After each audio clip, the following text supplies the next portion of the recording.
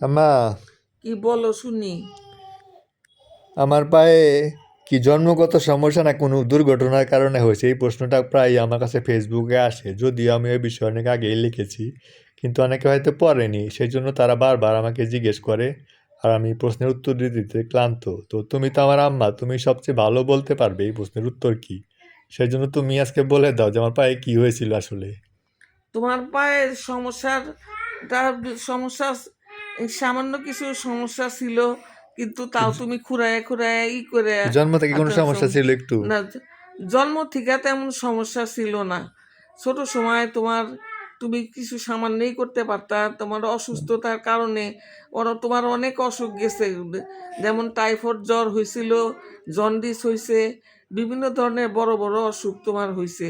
এখন কোন অসুখের কারণে তোমার এরকম না, তখন সমস্যা কি হলো? আমি এখন হুম। যেমনি হামাগুড়ি দিই, তখন কি হামাগুড়ি দিতাম না হাঁটতে পারতাম কিছু ধরে ধরে? কিছু ধরে ধরে হাঁটতে পারতা তখন। হাঁটতে পারতাম। হ্যাঁ, কিছু সামান্য পারতা। মানুষের সহযোগিতা লাগতো। তো তারপরে কি চিকিৎসা তারপরে করাও তোমার নাই? তারপরে তোমার জন্য অনেক চিকিৎসা করছি। চিকিৎসা করে মানে তখন তোমার আব্বা চাকরি করে, খুব সামান্য বেতন পায়। আমিও একটা স্কুলের টিচারের চাকরি করতাম তুমি একটা তখন। স্কুলের শিক্ষক ছিলে, শিক্ষক তো সেই ছিলাম, হ্যাঁ। শিক্ষকের পেশাটা সারলা কেন? শিক্ষকের পেশাটা বাবা ছাড়লাম তোমার জন্য, কারণ ডাক্তার বলল যে তুমি যে অবস্থায় আছো, তোমারে ভালো করতে হইলে অনেক ত্যাগ তো স্বীকার তুমি তো করতে যদি হইবে আমার। শিক্ষক হতো আজকে হ্যাঁ, কেরিয়ার, তোমার কেরিয়ার অনেক বড় হইতো। হ্যাঁ, আমি যদি আমার চাকরিটা যদি থাকতো, তাহলে আজকে আমার অবস্থা খুবই হইতো। এমনকি আমি আমার বিয়ের গয়নাগাটি পর্যন্ত তোমার জন্য তো আচ্ছা, বিক্রি তোমার করে আফসোস দিছি। লাগে না? তুমি যে শিক্ষক, একটা বড় শিক্ষক, আজকে যদি সেই আমলের ইংরেজি স্কুলের শিক্ষক ছিল, আজকে কোন হ্যাঁ, পর্যায়ে যাইতা? হ্যাঁ, আমি স্কুলের ছিলাম, অনেক বড় যাই হোক, আমার চাকরি করছি। চিকিৎসার বিষয়ে বলো, তোমার তারপরে কি তখন করলা? তোমার চিকিৎসা বিভিন্ন ডাক্তারের কাছে নিয়ে যাই, ডাক্তাররা চেক আপ করে, ওষুধপত্র দেয়, করে। তখন তোমার বয়স 3-4 বছর। তখনও তুমি একটু ধরে ধরে ধরে হাঁটতাম? ধরে ক্রেসে ভর করে ধরে ধরে করতে পারতা। মানে ভালোই তারপরে আস্তে চলাফেরা আস্তে করতে ভালো পারতাম? ভালো চলাফেরা করতে পারতাম। পরে ঢাকায় ডাক্তারের কাছে নিয়ে গেলাম। নিউরো সার্জারি এক ডাক্তার বলল যে তোমার নাকি পায়ে একটা ছোট একটা অপারেশন আছে, পরে ওইটা করলে আপনার ছেলের পা সম্পূর্ণ ভালো হয়ে যাবে।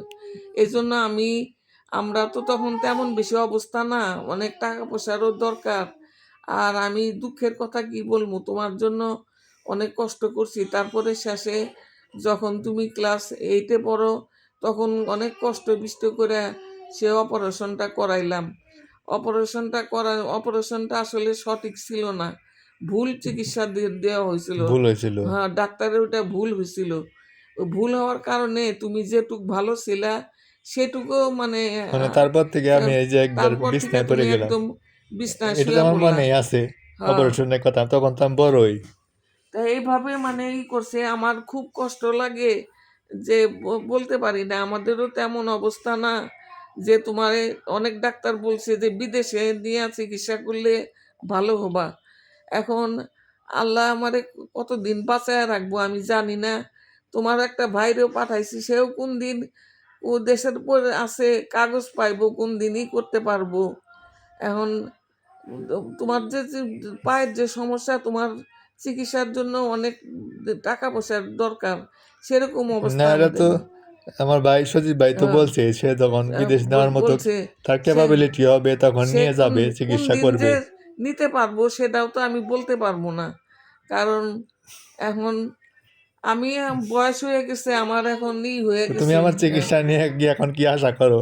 তোমার চিকিৎসা নিয়ে আসা, আমি যখন তোমার মা, আমার যখন এত মনে কষ্ট যে আমার ছেলে হাঁটবো, চলবো, নিজের পায়ে দাঁড়িয়ে সব কিছু করবো। এখন এখন আল্লাহ আমারে বাঁচায় দেখাবো কিনা সেটাও তো আমি বলতে পারি না, কারণ আমার এখন উম, কান্না করা ছাড়া আর কোনো উপায় নাই। এটা এখন আমার কাছে আল্লাহর কাছে দোয়া, মানুষের সবার দোয়া চাই। আল্লাহ জানি তুমি এখন তোমারে বিয়েও করাইছি, তোমার একটা সন্তান আছে, স্ত্রী আছে, একটা ছোট সংসার আছে, যার জন্য তোমাকে বাঁচতে হইব, কিছু করতে হইব। এখন তুমি তো তেমন পুরাপুরি সুস্থ না, তেমন ভাবে কিছু করতে পারো না। এখন আল্লাহই জানে আল্লাহ কবে তোমারে সুস্থ করব। কি করবো এখন? এটা নিয়ে তুমি টেনশন করো, এই আল্লাহ জন্য আমি ভরসা। টেনশন করি। তোমার আব্বা তো তোমার টেনশন করে মারা গেল হার্ট অ্যাটাক করে। কারণ তোমার আব্বার যে বয়স, সেরকম মৃত্যুর সেরকম বয়স হয়েছিল না।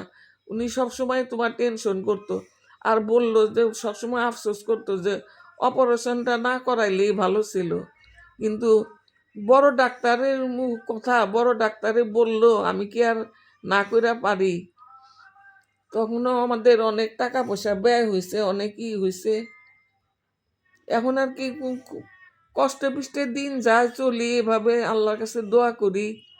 আল্লাহ জানি তোমার এই করে, তুমি জানি তোমার সন্তানরে মানুষ করতে পারো, এই দোয়া থাক, করি। মন খারাপ করো না, সব কিছু তো আল্লাহ নির্ধারণ করে দেয় ভাগ্য। এনে তো মন খারাপ করার কিছু নাই, দোয়া করো। হ্যাঁ, দোয়া করি। আর মানুষের কাছেও, সবার কাছেও তোমার জন্য দোয়া, সহযোগিতা জানি মানুষ একটু করে, সেরকম একটা আশা করি। আল্লাহ জানি তোমার সংসারটা বাঁচায় রাখে, ইনশাল্লাহ, অবশ্যই, এটুকুই। ইনশাল্লাহ।